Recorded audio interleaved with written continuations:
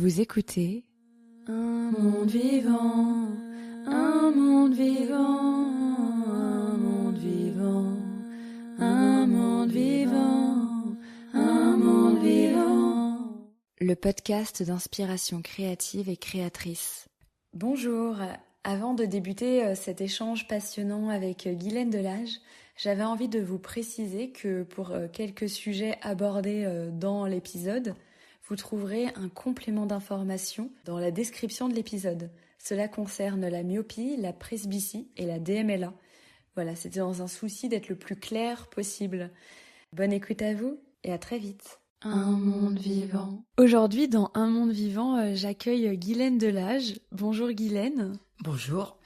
Je suis ravie de vous accueillir parce que on va parler aujourd'hui de vision, de vue, de création, créativité. Parce que moi, je suis venue vous voir dans votre profession que vous allez nous détailler après, d'abord d'orthoptiste et puis d'accompagnante en vision. Je suis venue vous voir parce que, ayant une myopie depuis l'âge de 8 ans, j'avais envie de mieux comprendre mes yeux, de mieux être en lien avec eux, éventuellement de les guérir, comme moi je le dis. J'avais envie de guérir mes yeux, de guérir la myopie, ou en tout cas de l'améliorer, et de voir comment je peux retrouver de la liberté par rapport à la vue. Parce que je me disais, y a plein d'espaces du corps où on nous dit on peut guérir, on se fait une entorse, on guérit, etc. Et j'avais envie de comprendre le fonctionnement des yeux. Donc j'ai commencé un petit peu de rien, en fait, j'avais juste la curiosité. Et puis le hasard a fait que je suis tombée sur vous, en tout cas nos routes se sont croisées. Et à ce moment-là, je vous ai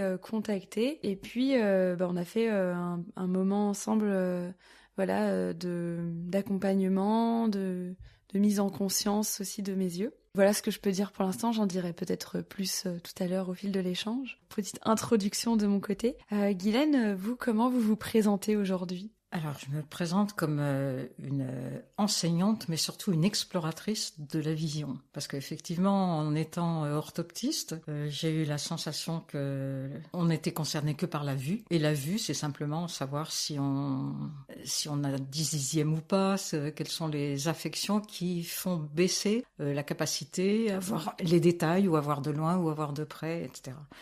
Je me suis rendu compte que, en fait, on pouvait avoir des petites affections et des gros problèmes, ou inversement. Donc, la vue et la vision ne recouvraient pas du tout la même chose. Voyant ça, j'ai fait une licence de psycho, plusieurs analyses, pour mettre en lien tout ce qui est psychologique avec tout ce qui est visuel. Après ça, j'ai toujours mélangé les deux, plus tout un tas d'autres recherches, puisque la vision est en lien avec le système postural, puisque les yeux sont le garant de l'horizontalité, donc de la verticalité. Et sans, à l'époque, voir qu'il y avait un lien, j'ai fait des arts martiaux qui m'ont mis dans cette conscience de la verticalité. C'est-à-dire, j'ai fait du Shintai-do, qui est un art japonais. Puis après, j'ai fait du Qigong sibérien, avec un homme aussi exceptionnel. Et après, quand tous ces gens-là sont partis, j'ai fait de la danse sensible, qui est aussi une manière de chercher son équilibre, quel que soit le rythme, en fait. Voilà la cohérence, à peu près. Et du coup, est-ce que c'est une curiosité qui a toujours été là Parce que c'est intéressant, cette passion qui s'est dessinée professionnellement à travers... ça en fait une vocation même de recherche. En tout cas, voilà. C'est ce que j'entends. En fait, moi, depuis que je suis enfant, je voulais être chercheuse. Je savais pas de quoi. J'avais vu un super film sur l'océanographie du côté de Madagascar. Et je m'étais dit, c'est ça que je vais faire. Et puis, c'est pas du tout comme ça que ça s'est passé. Donc, l'orthoptie venait d'être mise en place. Moi, je suis la 3e génération d'orthoptistes sur Paris. Donc, l'enseignement était extrêmement léger. Donc, comme j'ai un tempérament de chercheuse, j'ai transformé cette profession en zone de recherche. Et c'est sans fin, bien sûr. Et à un moment, vous avez senti que l'orthopsie, on dit comme ça ? On peut dire les deux. Ok. Vous avez senti que l'orthopsie, elle pouvait un petit peu limiter le champ d'exploration et que vous aviez envie de proposer plus aussi aux personnes ? Parce que de ce que je connais, l'orthopsie, c'est vraiment sur des exercices très techniques. Voilà, c'est très structuré, ça s'adresse beaucoup, surtout à la motricité. Alors que moi, ce que je voyais dans ma clientèle, c'était que ça avait pas grand-chose à voir avec la motricité, mais avec plein d'autres niveaux. Donc, c'est ce qui m'a ouvert la porte à la recherche, en fait. Dans certains hôpitaux parisiens, les orthoptistes sont en lien avec les chercheurs, mais globalement, à l'époque, il n'y avait pas vraiment de recherche au niveau de l'orthopsie. Ah oui, parce que du coup, moi, je me souviens avoir vu un orthoptiste quand j'étais enfant. C'est l'ophtalmo qui m'avait redirigée vers un orthoptiste parce que j'avais un défaut de convergence. Voilà. Pour expliquer aux personnes qui peut-être ne connaissent pas vraiment ce que c'est pour régler des problèmes, des problèmes ou des problématiques parfois temporaires aussi. Oui, ça peut être temporaire quand c'est une petite paralysie qui est due à un AVC ou quelque chose comme ça et qui peut disparaître. Mais à ce moment-là, on a une période où on voit double, puis la diplopie, ça s'appelle comme ça, se résorbe. Et après, il y a des strabismes et la problématique du strabisme, si c'est un strabisme de naissance, les deux yeux ne peuvent pas, dans le cerveau, se coordonner. Donc c'est cette coordination dans le cerveau qui doit se faire de façon très très précoce. Donc un strabisme qui apparaît à 3 ans par exemple est plus facile à récupérer qu'un strabisme de naissance où c'est quasiment jamais possible de récupérer parce qu'il n'y a pas la structure qui s'est installée dans le cerveau. En fait. Du coup c'est intéressant et ça me donne envie de vous poser cette question sur la création de la vision parce que je vous avais entendu déjà dire que c'est dans le fœtus que se crée tout le système de vision, normal comme tout le reste du corps en fait. C'est-à-dire c'est au moment où l'être humain en est au stade de fœtus qu'il se construit dans son anatomie et dans son système de fonctionnement organique. Qu'est-ce que vous pouvez nous dire de la vision à ce moment-là? Parce que je rebondis sur cette idée que le strabisme il serait créé dès la naissance. Comment ça se passe cette étape-là pour le développement de la vision et de la vue?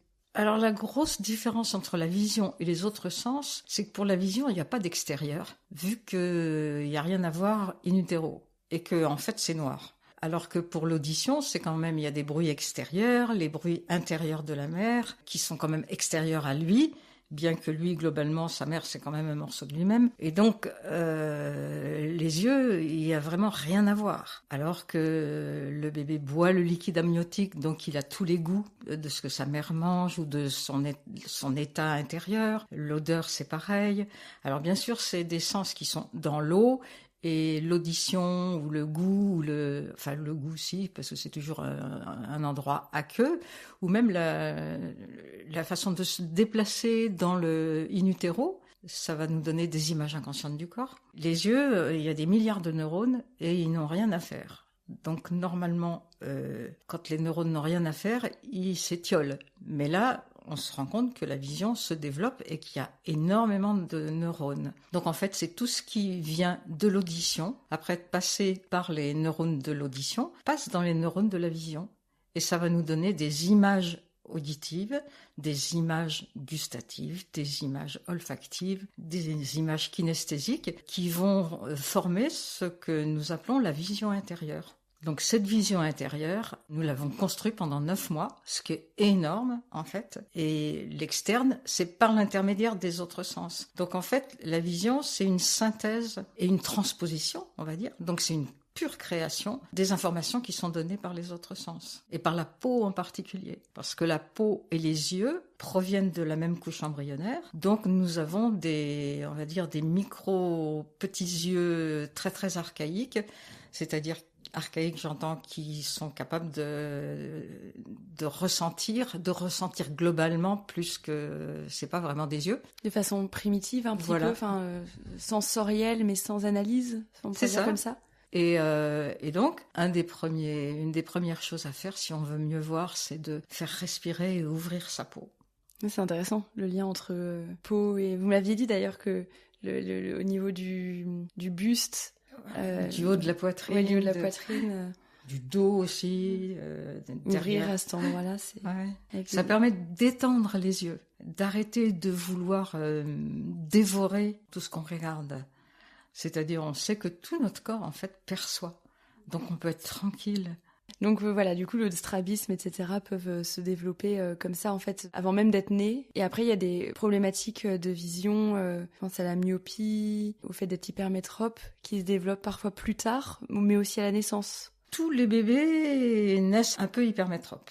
L'hypermétropie, c'est quand l'œil est un peu trop plat, donc ça fait un grand angle, on va dire, un très grand angle. Donc jusqu'à 4, 5, 6 ans, l'œil va devenir plus sphérique. D'où l'idée de ne pas faire des petites choses aux enfants, de leur faire toujours, d'avoir des gros jouets, des gros crayons, des craies, un tableau noir, une porte qu'on peint pour faire un tableau noir pour qu'ils puissent dessiner debout. Et là, ça va aussi solliciter la capacité créative de pouvoir laisser des grands espaces aux enfants. Sinon, on induit une myopie. Alors, est-ce qu'il y a des myopies de naissance déjà, ou c'est assez rare ? Il y a des myopies de naissance, sont souvent des grosses myopies, donc c'est des problèmes transgénérationnels ou de difficultés in utero. De stress pendant la grossesse. Oui. Comme beaucoup de choses, en fait, la grossesse, elle a un impact sur le développement à tous les niveaux, en fait. Oui. Et donc, justement, quels sont un petit peu les âges de la vision ? Il y a des cycles, je vous avais entendu, vous me l'aviez un petit peu compté. Je t'avais trouvé ça super intéressant. Et d'ailleurs, je dis compter, mais c'est intéressant parce que tout ça, c'est comme une grande histoire. C'est passionnant. Il y a vraiment une construction qui est même émotionnelle aussi, je trouve, dans ce qu'on entend. Voilà. Donc, on est en construction permanente. On n'est pas du tout dans une idée de vieillissement. Si on part avec cette idée de vieillir, c'est la construction. Enfin, le corps, il fait ce qui est dans notre pensée. Donc, quand le bébé naît, il ne voit rien du tout. Le monde extérieur, ça a juste pas de sens. Il a ce monde intérieur énorme, donc de représentations qui vont être utilisées chez nous pour rêver, pour imaginer, pour justement pour créer, pour fantasmer, pour avoir des visions même mystiques. C'est de la vision fœtale. Donc c'est énorme. Et donc cette vision fœtale, il y a certains peuples primitifs qui la prolongent très longtemps en faisant naître les bébés dans l'ombre. En particulier, je pense aux Kogi qui s'étaient cachés en Colombie à l'arrivée des Espagnols, qui font naître les bébés dans des grottes. Les Africains, ils font naître les bébés dans le fond de la case ou dans le fond de la forêt, là où il y a vraiment de l'ombre, pour préserver cette capacité visuelle du fœtus qui va développer en fait nos capacités intuitives. Alors que nous, on fait naître les enfants, les bébés dans la violence. Dans la violence visuelle. C'est-à-dire, d'un seul coup, il y a le cyanolithe là qui l'éblouit complètement et il est en plein jour. Et donc, ça fait une rupture très très violente pour la vision, puisque cette vision in utero est une vision très globale et qui est en lien avec d'autres plans, avec des plans plus métaphysiques ou intuitifs. C'est-à-dire, comme le bébé n'a pas conscience que sa mère est vraiment extérieure à lui, il est en lien avec tout l'extérieur, avec le cosmos. Comme un tout. Voilà, c'est un tout, c'est une globalité. Et donc, c'est ce qui va, chez nous, nous permettre d'avoir de l'intuition, d'avoir des capacités, de pouvoir aller chercher de l'information chez les autres. Tous les bébés naissent télépathes. En fait, ils vont chercher l'information dans la tête de leurs parents, de ceux qui l'entourent. Oui, et puis on a énormément d'informations sensitives, émotionnelles,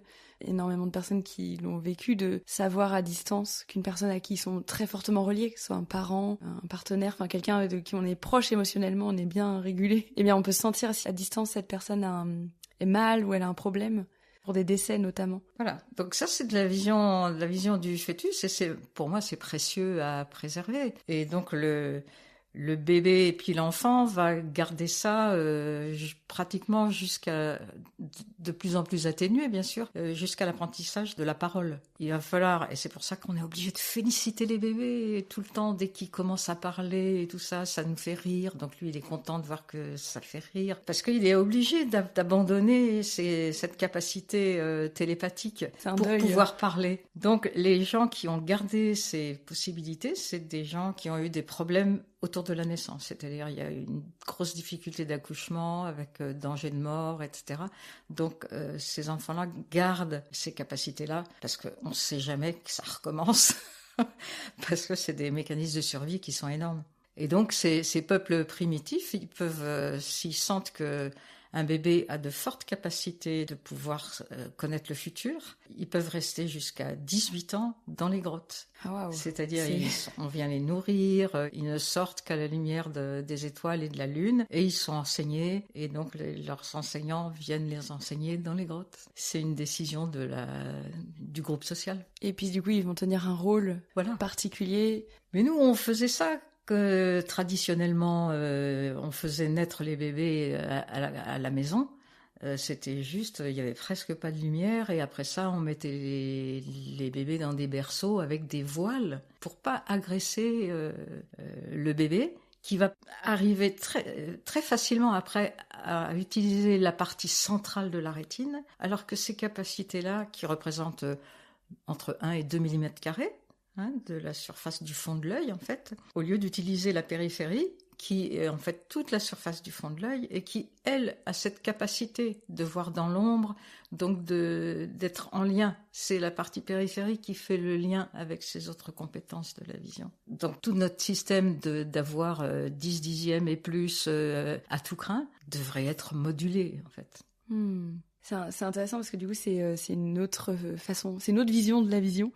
Mais c'est-à-dire que l'œil, l'organe œil, n'est pas tout seul dans le chemin de la vision, et qu'en fait il est juste une forme de... Enfin, il est le relais final en fait de tout ce qui se passe dans le cerveau. Alors oui, il sert simplement à transformer les photons en impulsions électriques. On est construit comme la télévision, ou c'est plutôt l'inverse. C'est la télévision qui est construite comme notre vision. C'est-à-dire les paraboles qui étaient sur les maisons transforment donc les ondes en impulsions électriques. Les impulsions électriques sont conduites par les câbles jusque dans l'appareil de télévision qui, elle, va fabriquer à partir de là les images. Donc notre cerveau, c'est pareil. Les yeux transforment les photons en impulsions électriques qui vont être transmis par les nerfs optiques dans les différents noyaux jusque vers l'arrière de la tête, en fait, et qui passent par les différents noyaux où vont être intégrés tout un tas de choses. Notre posture, toutes les informations que l'on a pu acquérir, parce qu'en fait, la vision, c'est entre 70 et 80% de la mémoire. Donc, dès qu'on montre des choses à un enfant, immédiatement, on cherche à lui nommer, on lui répète, etc. Et lui, il va créer un dossier. Et donc, il va se créer plein de dossiers. En accumulant les dossiers, après ça, il les réutilise dès que cette chose se représente. Donc en fait, l'inconnu est très très difficile pour nous à voir. Parce que si on n'a pas de dossier sur quelque chose, le cerveau va le supprimer. On ne sait pas qu'on ne sait pas, quoi. On connaît que ce qui est vu de nos yeux, en fait. On connaît que ce qu'on a déjà vu. C'est ça qui est terrible.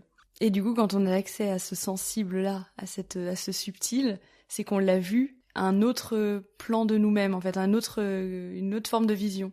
Et puis, il y a une trace qui vient... On garde le truc en surface, voilà. Et dès que ça se représente, à ce moment-là, le cerveau va chercher cette trace. Et à ce moment-là, on se dit, mais qu'est-ce que c'est que ce truc-là ? Et si on ne trouve pas de dossier, on crée un dossier pour cette nouvelle chose.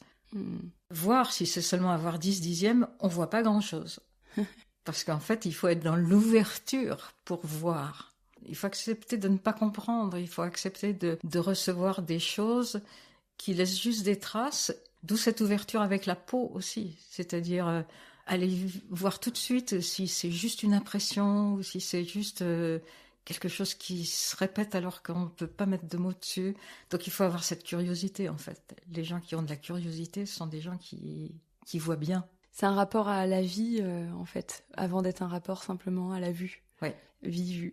C'est ça, c'est exactement ça. Dans mon cas, et je pense qu'il y a plein en tout cas j'en connais d'autres, des personnes comme ça. Donc je suis devenue myope à l'âge de 8 ans et j'étais une enfant très curieuse, pourtant j'avais beaucoup d'énergie. Et alors ce serait intéressant, qu'est-ce qui fait qu'à un moment, ce système-là, il se rompt ? Parce que moi je voyais parfaitement juste avant.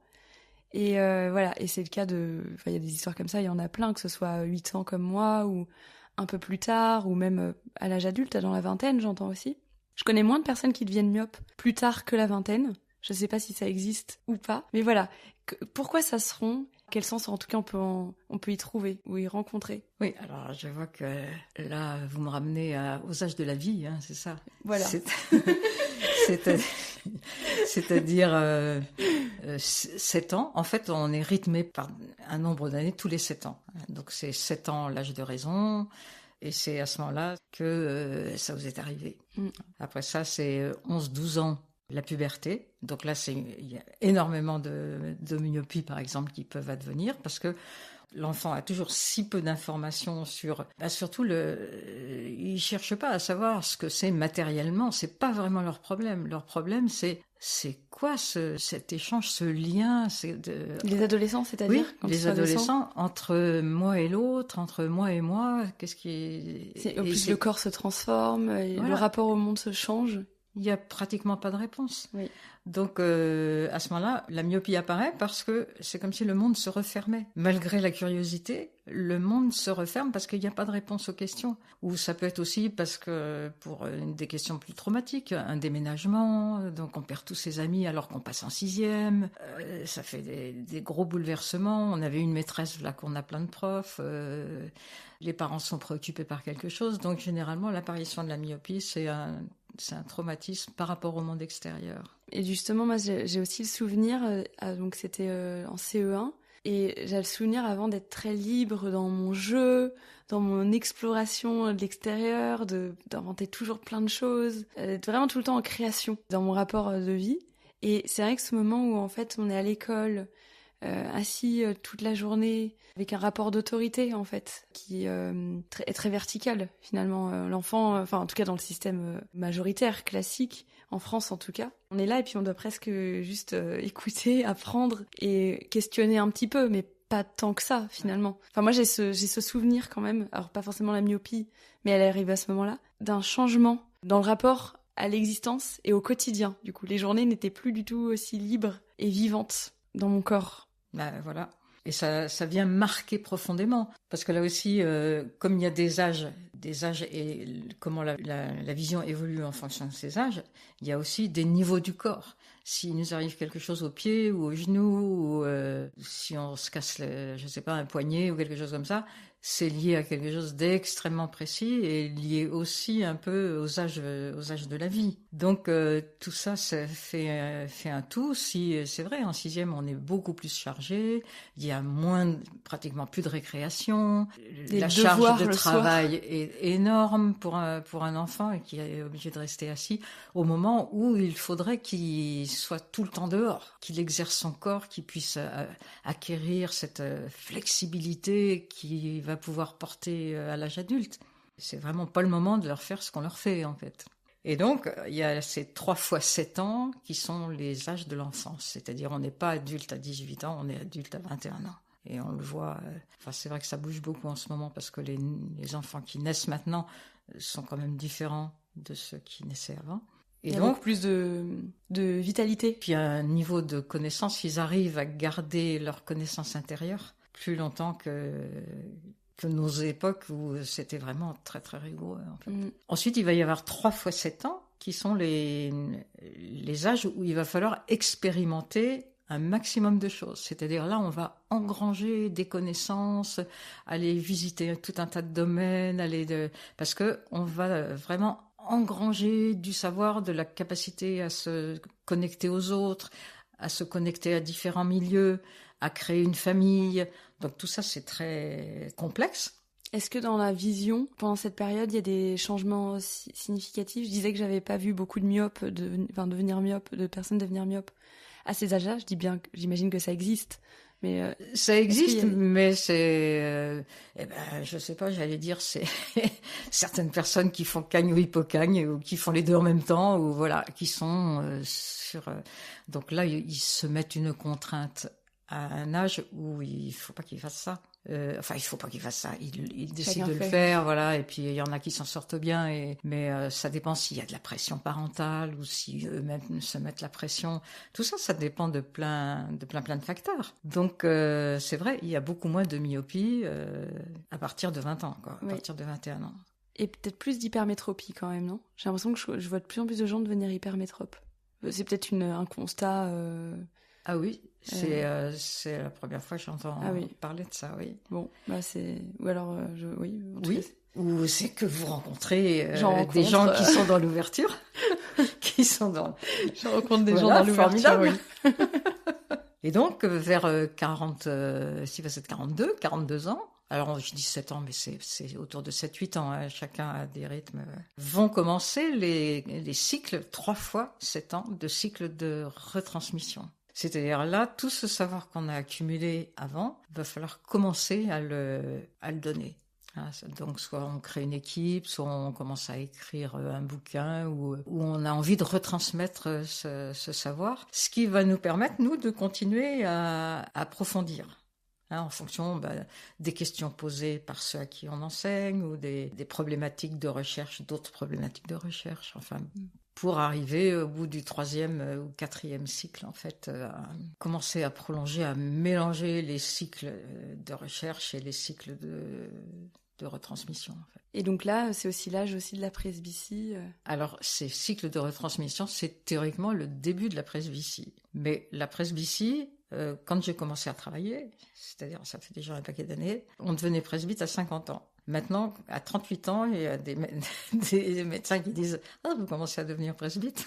Oui, j'en connais des personnes comme ça. Voilà, donc ça n'est pas possible. C'est juste qu'on n'est pas en phase avec nos rythmes de vie. Donc à ce moment-là, il y a à nouveau quelque chose, ou alors qu'on ne sait pas où on va, on sent qu'il faudrait qu'il y ait un changement, mais on ne sait pas par où ça passe, ça nous inquiète, etc. Donc on va dire que la presbytie, ça rapproche les choses, pour les myopes par exemple, ça rapproche les choses, mais surtout, on n'arrive plus à voir loin. C'est-à-dire, on n'arrive plus à se projeter dans le futur. La vision, en fait, c'est la conjugaison de l'espace-temps. Donc, quand on n'arrive plus à se projeter dans le futur, on ne peut plus regarder loin. Et donc, à ce moment-là, la presbytie empêche de voir loin. Et c'est marrant parce que moi, je connais des personnes qui n'ont pas de presbytie. Moi, je vois ma mère. On lui avait mis des lunettes à l'âge de 50 ans. Après, elle travaillait de nuit et tout ça. Donc, peut-être une fatigue oculaire à ce moment. Puis après, elle les a plus mis. Juste quand elle avait un peu besoin. Mais après, le besoin s'est même estompé. Aujourd'hui, je vais pas dire son âge, elle va pas être contente. Mais en tout cas, aujourd'hui, elle a pas du tout... elle les porte jamais, quoi. Ouais. Un peu pour lire une fois de temps en temps s'il y a pas de lumière, mais vraiment, moi, je la vois jamais avec des lunettes. Et elle en a pas besoin. Et c'est un rapport aussi, enfin, je vois ce que vous dites, de rapport vivant à l'existence. Puis voilà, je connais d'autres personnes comme ça, donc c'est minoritaire quand même. Je vois pas beaucoup de... Enfin, il y a beaucoup de gens qui ont quand même des lunettes de presbytie. Oui. Même sur le nez un peu au quotidien. Mais je ne fais pas ça dans une fatalité, quelque chose de systématique. Voilà, ça n'est pas une fatalité, ça devient une fatalité avec les verres progressifs en fait. Parce qu'on porte les lunettes tout le temps. Et surtout, le verre est un verre extrêmement compliqué, qui fait qu'il y a des aberrations sur les côtés, si bien que l'œil est tout le temps obligé de chercher par quel endroit regarder pour voir de loin ou en vision moyenne ou en vision de près, dans des postures, surtout pour la vision de près, qui ne correspondent pas à la façon dont on lit, c'est-à-dire on lit en baissant la tête pour avoir le regard en face, alors qu'avec les progressifs, il faut lever la tête pour regarder par le bas du verre, ce qui n'est pas du tout naturel, et surtout ce qui bloque le cervical. Du coup, vous parliez des lunettes des verres progressifs, mais ce serait quoi la solution parce que pour moi, dans mon esprit, il n'y a que des verres progressifs pour la presbytie. C'est ne pas porter tout le temps ses lunettes. Oui, ou les loupes sinon, ou c'est pareil, les loupes que le... C'est d'avoir des petites loupes, justement parce qu'on est sensible au manque de lumière. Le manque de lumière, c'est aussi le fait des LED, oui. Qui n'est pas de la vraie lumière. Donc là, c'est une vraie catastrophe. Oui, c'est intéressant, on peut en dire, parce que j'imagine qu'il y a énormément de gens qui ne le savent pas, mais même les phares de voiture. Oui. Est-ce que vous pouvez nous parler un petit peu des LED, justement ? Vous allez mieux en parler que moi.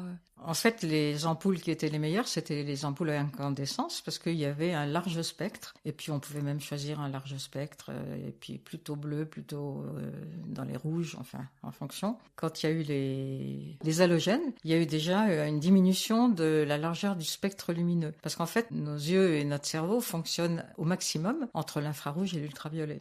Si on coupe des petits morceaux et qu'on laisse que, je sais pas, le milieu du spectre, ou plutôt bleu ou plutôt jaune, les yeux et le cerveau, ils sont en souffrance. D'autant plus que la lumière vient alimenter directement par les yeux tout le système hormonal. Donc ça, c'est aussi quelque chose qui est pas dit, pas su, et donc c'est extrêmement perturbant. Donc il va falloir... Parce que du coup, les LED, elles ont moins de... Elles ont une bande passante, c'est la plus faible bande passante qu'on ait pu fabriquer. Donc c'est-à-dire qu'elles n'éclairent pas vraiment. Voilà, moi je dis même que c'est même pas de la lumière, c'est de la fausse lumière. Et comme il y a beaucoup de choses fausses dans notre monde actuellement. Mais en tout cas, oui, ça donne une impression d'éclairer. Voilà, mais ça n'éclaire pas vraiment. C'est le problème des écrans. Les écrans sont avec des LED. Oui, c'est que des LED, et c'est de la lumière bleue même. Vous parliez du spectre. Oui, justement. Il y a trop de lumière bleue. Donc il faut... normalement, on sait qu'à l'intérieur de l'ordinateur, il y a un truc qui permet de supprimer la lumière bleue, mais tout le monde ne le sait pas, et je ne sais pas dans quelle mesure il la supprime. Ouais, moi je le fais. Mais j'avais quand même entendu ou cherché que ça enlève pas tout, ouais. C'est mieux que rien, mais je suis pas sûre que ce soit comme si de rien n'était, quoi. Oui, et c'est pas mieux de mettre du bleu sur les verts parce qu'on les porte tout le temps et qu'on a besoin du bleu. Donc oui, c'est pas le bleu qui est mauvais en fait. Non, c'est la concentration de bleu sans les autres. Et donc pour les enfants qui sont beaucoup sur les écrans aujourd'hui, est-ce que ça a un impact sur l'évolution de leur vision justement? Oui. À la limite, ce serait pas à cause des écrans, c'est simplement que pour n'importe qui, pour ne pas avoir de problème visuel, il faut être 4 heures par jour en lumière naturelle. Et le propre des enfants, c'est pour ça qu'on les envoie dehors. C'est pour qu'ils aient leur quota de lumière naturelle. Et une partie de la myopie est liée au LED, certes, mais est liée aussi au fait que les enfants ne vont plus dehors. Moi, je me souviens, quand j'étais enfant, j'habitais en Normandie. En Normandie, il pleut 2 fois par jour, à chaque marée. Voilà. Mais qu'il pleuve, qu'il vente, n'importe quoi, on rentrait de l'école, on allait pendant 1 heure manger notre goûter dehors et aller courir, aller faire du vélo, du patin à roulettes avec les copains, etc. Pour ma mère, c'était... voilà, on allait dehors. Quel est l'impact de cette lumière dans la construction de l'enfant pour sa vue et sa vision ? La vision n'est pas séparée du système postural. Donc un enfant, pour s'équilibrer, a besoin de beaucoup bouger. Donc s'il passe son temps assis, il est hors circuit, c'est-à-dire hors possibilité. Le patin à roulettes ou la planche, comme ils font, ça donne des capacités d'équilibre extraordinaires. Une puissance de, justement, être sur un pied. Les enfants, ils ont besoin de ça. Après ça, il y a tout un tas de métiers. Là, j'ai rencontré récemment un élagueur grimpeur qui a été obligé de faire tout un travail parce qu'il a fait une chute qui est extraordinaire. Il est retourné, il est l'élagueur grimpeur le plus âgé, il doit avoir 55 ans, quelque chose comme ça, de Belgique. Et il fait un travail magnifique, un travail avec le corps extraordinaire. Donc, c'est surtout, c'est bouger. C'est bouger, passer de la lumière à l'obscurité, grimper dans les arbres, enfin... L'enfant, il doit apprendre à prendre quelques risques, comme grimper dans des arbres. Ah ben oui, quand on est sur des patins, on prend le risque de tomber. Quand on est sur une trottinette, on prend le risque aussi de tomber. Prendre le risque de vivre. Voilà, c'est le risque de la vie, exactement. Et donc pour aller vers les derniers âges de la vie, on entend de plus en plus de cataractes, de DMLA. Voilà, est-ce qu'il y a encore des séquences dans ces âges-là ? Alors la DMLA, elle est mal nommée parce que c'est pas une dégénérescence maculaire liée à l'âge, puisque actuellement il y a des gens de 50 ans qui commencent. Donc on sait maintenant que c'est lié beaucoup aux écrans, beaucoup à l'alimentation industrielle. C'est très en lien avec beaucoup de choses. Le fait que les gens soient assis tout le temps, c'est-à-dire que en plus on leur dit de mettre des lunettes de soleil alors que le soleil est absolument nécessaire à tout. Mettez un chapeau si vraiment il y a beaucoup de soleil, mais moi je mets jamais de lunettes de soleil. Et donc ça vient comme s'il y avait une limitation de tout. Oui, vous allez attraper des coups de soleil. Il n'y a jamais eu de coup de soleil quand un enfant il bouge ou quand un adulte bouge, sauf de s'exposer entre midi et 3 heures sur une plage blanche. Là, je comprends qu'on puisse attraper des coups de soleil, mais sinon, ce qu'on fait dans la vie, il y a aucune raison. Notre corps, il est fait pour ça. Il a besoin de ça. En fait, on a un corps qui a un héritage ancestral. Le soleil, il fait partie de notre...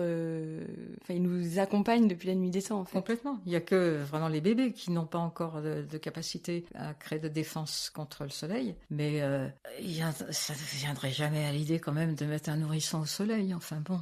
Et la cataracte, du coup, c'est pareil. La cataracte, c'est compliqué aussi. De toute façon, tout ce qui arrive au niveau des yeux, c'est qu'on est, j'allais dire, métaphysiquement, on aborde la dernière enceinte. C'est-à-dire, il y a l'enceinte du ventre qui est l'enceinte des sensations, des émotions pas transformées, etc.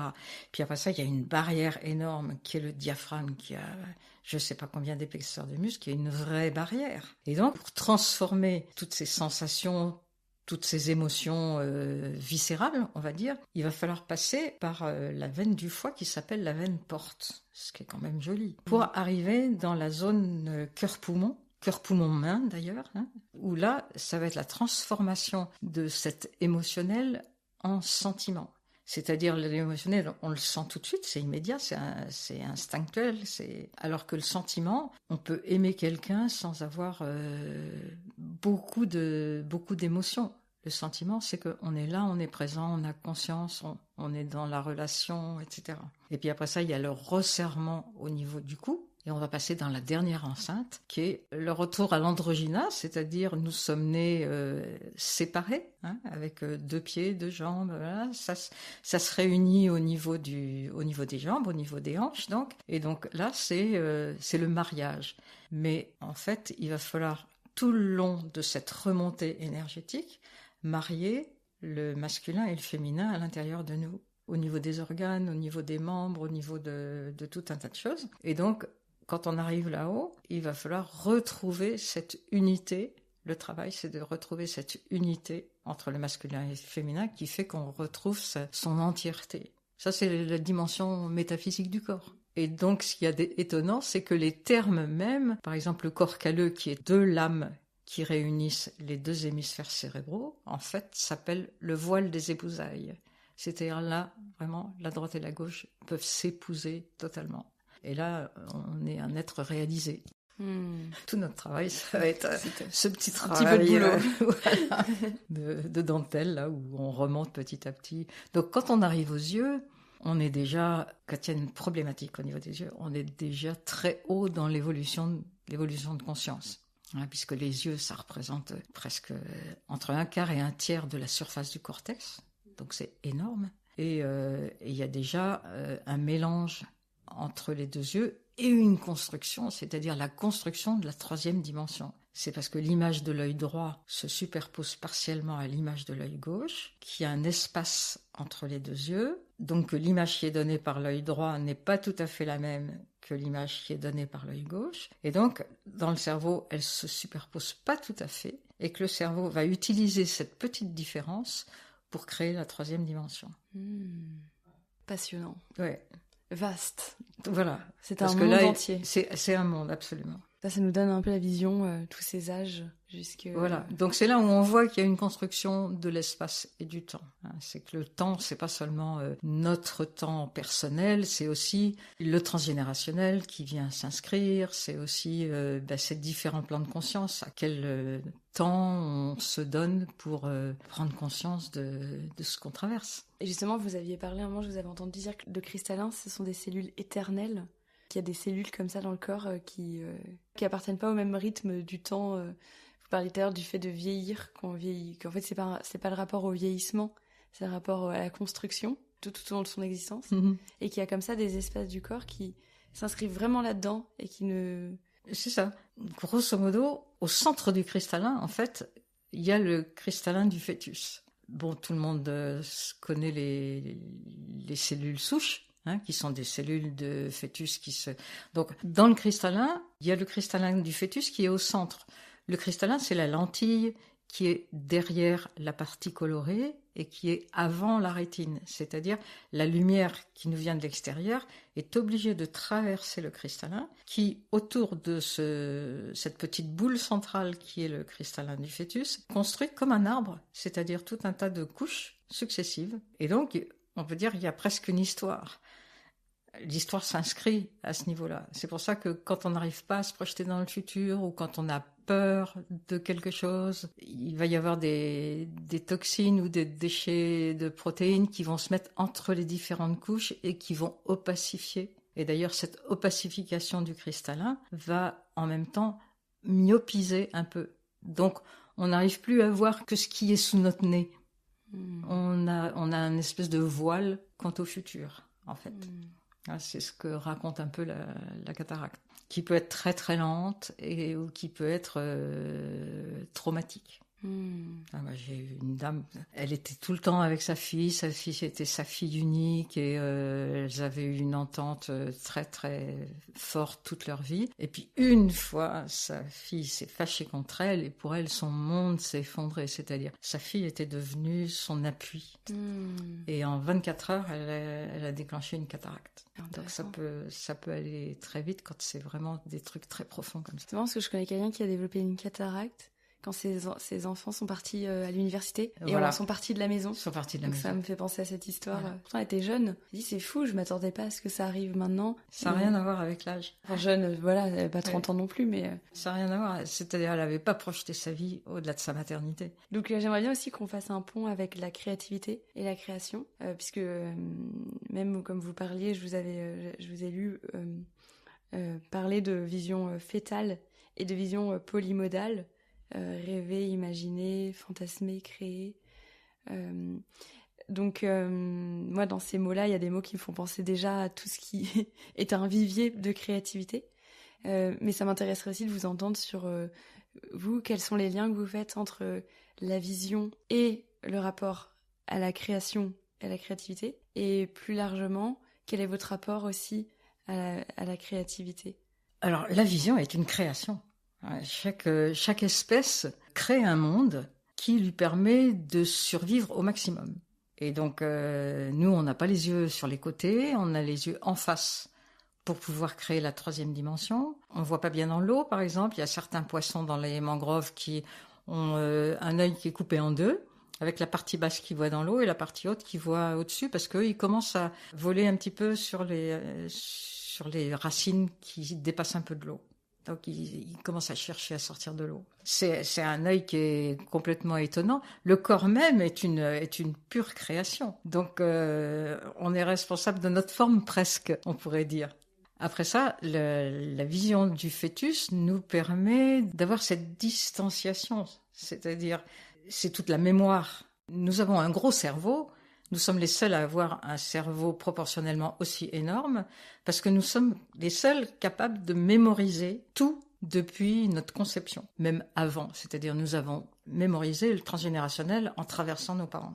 Ouais, je dis souvent, le jour de votre naissance, vous en savez plus que vos parents parce que vous avez déjà acquis in utero tout leur savoir. Donc, c'est pour ça qu'après, quand on s'engueule avec ses parents à l'adolescence, on dit « c'est moi qui sais ». Je sais mieux. Je sais mieux, voilà, parce que on les a traversés. Tout le travail, ça va être sortir de toutes les rigidités de pensée pour laisser la place, justement, à cette capacité fétale. C'est-à-dire, moi, j'ai fait beaucoup de tapisserie contemporaine, puisque j'ai toujours eu un processus créatif en même temps que mon travail. Et je me souviens, à un moment, j'ai eu la sensation de terminer une grande tapisserie avec des grosses formes en sisal, avec des grosses formes en cordes. Et j'ai su que c'était la dernière parce qu'un ami m'a apporté un morceau de câble téléphonique qu'il avait trouvé sur un chantier avec à l'intérieur tous les fils téléphoniques de toutes les couleurs. Et pour se moquer de moi, il m'a donné ça et il m'a dit « Tiens, je t'ai apporté un truc, je suis sûre que ça va te plaire. » Et effectivement, à partir de ce moment-là, il y a eu comme, au moment où je le terminais, il y a quelque chose qui reste suspendu un peu. J'avais pas d'idée particulière puisque j'étais pas encore à la fin du travail. Et là, j'ai eu c'était pas tout à fait un rêve parce que je suis pas une rêveuse. C'était quelque chose dans l'entre-deux, entre juste laisser flotter sa pensée. Et j'ai eu l'idée de faire des tapisseries contemporaines avec justement ce fil téléphonique qui était de toutes les couleurs et du plexiglas. Je sortais complètement de ce que j'aimais, les textiles. À l'époque, il y avait des textures de ficelle, de laine qui étaient extraordinaires. Et le plexiglas, le plastique, c'était vraiment pas ce que j'avais pu imaginer que je puisse utiliser un jour. Et en fait, alors que je savais rien de tous ces matériaux-là.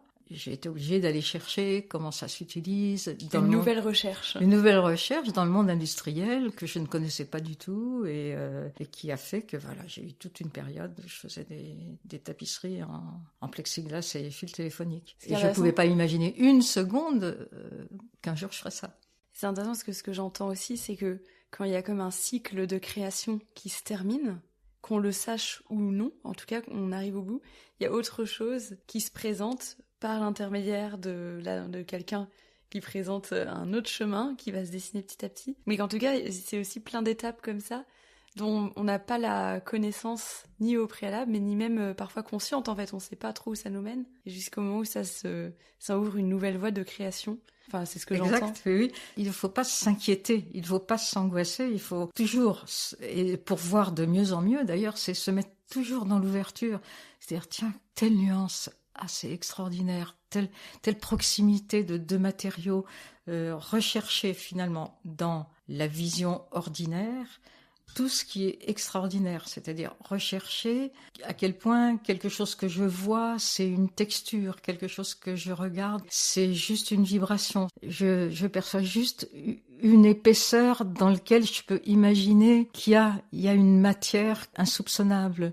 C'est vraiment c'est une curiosité. Une curiosité qui fait que l'univers nous apporte ce dont on a besoin à ce moment-là. Et vous m'aviez dit justement, quand je vous avais parlé de cette interview, de regarder, de voir comment la matière nous répond aussi, de rentrer en interaction et de voir qu'elle aussi, elle nous parle. Pour remettre ensemble, j'allais dire, la vision fétale qui est colossale par l'immensité de l'intuition, voilà, quand on la laisse fonctionner, et puis la vision du réel, entre guillemets, qui n'a rien de réel puisque c'est une construction mentale. Il y a tous ces espaces dans lesquels on va laisser flotter tous ces différents niveaux de perception. Mais si on se précipite sur la chose, c'est le problème du matérialisme, pour l'attraper, on est forcément dans du formel. Pour sortir du formel, il faut laisser le vivant dans ce qu'on regarde, quoi que l'on regarde, tout est vivant en gros, et même tout ce qui est plastique, même tout ce qui est laisser cette vibration du vivant venir à nous. Et plus on le fait souvent, plus en fait la matière elle répond presque en riant, et c'est comme dans n'importe quelle rencontre, il y a trois espaces, il y a l'espace de l'un, l'espace de l'autre et l'entre-deux, et c'est dans l'entre-deux que toute cette magie elle opère. Voilà, c'est là que se passe le créatif. Pour les personnes qui écoutent tout ça et qui vraiment, c'est une découverte et ont peut-être une problématique de vision ou une envie, qu'est-ce qu'on peut faire au quotidien déjà comme premier pas pour s'ouvrir à la vie de ses yeux, au vivant de ses yeux? Il y a tellement de choses. Oui, il y a beaucoup de choses. C'est un monde. C'est déjà les gens qui ont des lunettes qui retirent le plus souvent possible leurs lunettes pour accueillir ce flou, par exemple. Parce que c'est dans ce flou qu'il va percevoir un état vibratoire des choses et des objets. Ne pas se mettre en danger en les retirant. J'ai vu des pour gens conduire.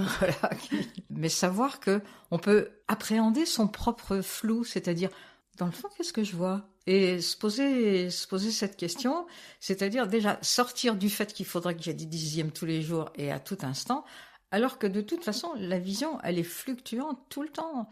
On a trop mangé, on est fatigué, continuellement. Et après, vraiment sentir qu'on se promène en regardant loin et en ouvrant toute la surface de sa peau. Moi, je dis souvent, regardez avec vos oreilles et écoutez avec vos yeux.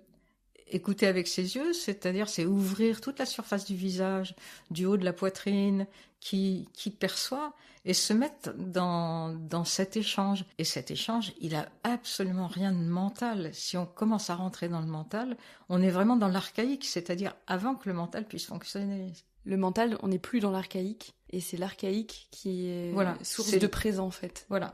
Sentir à quel point une texture vient nous... On en a la sensation tout de suite si c'est ce qu'on recherche, une couleur, les nuances de couleurs. Savoir que tout ça, c'est joyeux en fait. Il faut vraiment voir comment ça s'écrit joyeux.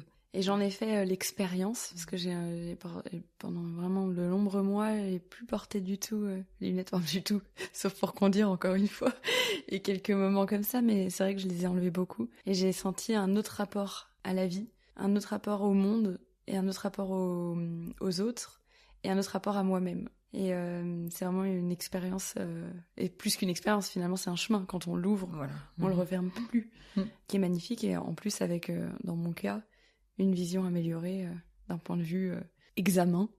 Donc bon, même s'il faut s'extraire de ça, ça fait quand même plaisir de voir qu'il y a un progrès de ce côté-là. Quitte à mettre la main sur l'épaule de quelqu'un qui voit bien pour accepter d'être un peu conduit au début, parce que bon, les gens qui ont tout le temps porté des lunettes, ils ont de l'inquiétude, et l'inquiétude, ça aide pas à bien voir. La première fois que je l'avais fait, j'étais allée me balader 2 heures comme ça en forêt, donc dans une forêt que je connais, sans lunettes, et j'étais extrêmement fatiguée après. Comme si tout reposait tellement sur cette vue, c'était vraiment fatigant. Et après, ça s'est réharmonisé. Et alors là, complètement ouvert, facile, comme si le corps voit aussi, que ce que vous disiez. Et en fait, les yeux sont un élément du corps, mais remis dans une globalité. Et donc, en fait, il n'y a plus de fatigue de ce côté-là. J'en fais le témoignage. Parfait. C'est exactement ce qui se passe. Oui. Et c'est une expérience. Ça se vit, quoi. Ça se vit dans le corps et ça se ressent. Et même pour les personnes qui ont une très bonne vision, il y a un rapport à la vue à retrouver, quoi. Ah oui, là on n'est plus forcément avec des problématiques de vue. Oui, vous avez raison de dire ça. C'est faire cette expérience de regarder les choses autrement, mais vraiment regarder tout ce qu'on voit comme des êtres qui ont des choses à nous dire. Une vitre, n'importe quelle surface, n'importe quelle texture. Sentir que ça vient nous raconter quelque chose intimement, c'est extraordinaire. Hein. C'est vraiment une autre vie, quoi. Alors, je vais vous poser 3 dernières questions plus spontanées. Enfin, tout est spontané toujours, mais plus brèves pour terminer cet échange passionnant. Guylaine, qu'est-ce qui vous aide à entretenir un lien d'amour avec vous au quotidien ? Je crois que c'est vraiment cette connexion avec chaque chose, qu'à tout moment je peux avoir des surprises. Je vis à Paris, n'importe quelle ferronnerie, l'état même dans lequel elle est, l'état dans lequel le bois est dessus, comment la peinture a été écaillée ou pas. C'est sortir de tous les jugements où je me dirais ah ben la peinture a été écaillée, c'est moche quand même. Ou ah ben le béton, ah ben il y a des fissures, c'est moche quand même. Tous les trucs c'est moche quand même nous met hors circuit de la réalité. Alors que de voir toutes ces nuances, c'est vraiment joyeux, quoi. C'est vraiment, voilà. Et puis que ça change tout le temps et que, ben oui, moi ça me met en joie. Comment voyez-vous ou comment souhaitez-vous voir l'humanité sur la planète Terre ces prochaines décennies et siècles ? Ça peut être un rêve, une envie, une aspiration, une vision. Suivre un peu ce chemin, c'est-à-dire, on n'a pas besoin de grand-chose pour être dans cette joie. Les gens qu'on rencontre, tout ce qu'on rencontre est largement suffisant pour alimenter ma vie, notre vie, il me semble. Donc on a besoin de choses juste très simples. Donc l'accumulation de trucs, mais moi ça m'envahit. Mais quand je vois des gens qui ont des tonnes d'objets chez eux, mais je me dis mais j'étoufferais là-dedans. Quelle est la grande question qui vous hante ou vous a hanté souvent tout en vous faisant cheminer? Ah, c'est des grandes questions, ça. C'est des grandes questions, c'est ma passion, les grandes questions. En fait, je crois que je vis ce que je pense, en gros. Il y a une curiosité, il y a cette sensation que les choses sont vivantes. C'est le vivant. Alors c'est vrai, moi, j'ai eu un gros accident de vie où j'ai failli mourir à 1 an et demi. Donc je pense que là, j'ai fait le yo-yo entre ailleurs et ici, et que c'est peut-être quelque chose comme ça qui fait que la vie est importante, parce que être, je pense, entre la vie et la mort pendant un certain temps. Ça a duré longtemps J'ai eu une méningite cérébro-spinale et il n'y avait pas encore de pénicilline. Donc j'ai un grand-père qui connaissait quelqu'un qui réussit à avoir les premiers trucs de pénicilline qui sont arrivés. Donc c'est vraiment in extremis, je pense. Donc de voir plein de choses, de voir dans les yeux de mes parents la peur d'un enfant mort. Et puis j'ai revécu sous ayahuasca, parce que j'en ai pris 1 ou 2 fois. À l'époque, je faisais des trucs en Amazonie, ce que c'était. c'est horrible. On n'a qu'une envie, c'est qu'on vous explose la tête pour que ça s'arrête, quoi. Donc j'imagine un bébé de 1 an et demi qui vit ça. Donc je pense que du coup, voilà, ce côté de l'importance du vivant, de l'existant, en mouvement tout le temps. Alors c'est vrai, je bouge beaucoup, mais en mouvement, en vie, quoi. Oui, voilà, c'est ce qui me porte. Ouais. Quand il y a beaucoup de gens qui justement, là c'est hyper intéressant parce que du coup c'est un mouvement qui pousse la vie de suite à cet événement. Et il y a beaucoup de gens qui ont du mal à accepter d'être en vie et à pleinement dire ok, j'ai les pieds ici, j'ai les pieds sur terre, j'y vais, je m'élance dans la vie. Donc parfois il y a des événements comme ça qui l'imposent en fait à soi. Oui. Eh bien merci beaucoup Guylaine, c'était passionnant. Vous êtes un puits de connaissances. On pourrait vraiment parler pendant des heures. J'aurais pu avoir plein d'autres questions. En tout cas, je vous remercie beaucoup. Je mettrai aussi dans la description. Vous proposez aussi des accompagnements et puis des stages, me semble-t-il. Oui, voilà. Des accompagnements individuels. Comme j'en ai profité. Voilà, et surtout des stages de 3 jours et demi qui sont toujours dans la nature d'ailleurs, pour retrouver ce lien, cette présence. Super, moi je mettrai tout ça et puis merci beaucoup. Merci et infiniment. Merci aussi, cette conversation était super. Merci beaucoup. Au revoir. Au revoir. Un monde vivant. Si le podcast vous a plu, vous pouvez le noter 5 étoiles sur Apple Podcast et Spotify et vous abonner sur YouTube et Substack. Vous pouvez aussi le partager à un proche. À bientôt. Un monde vivant.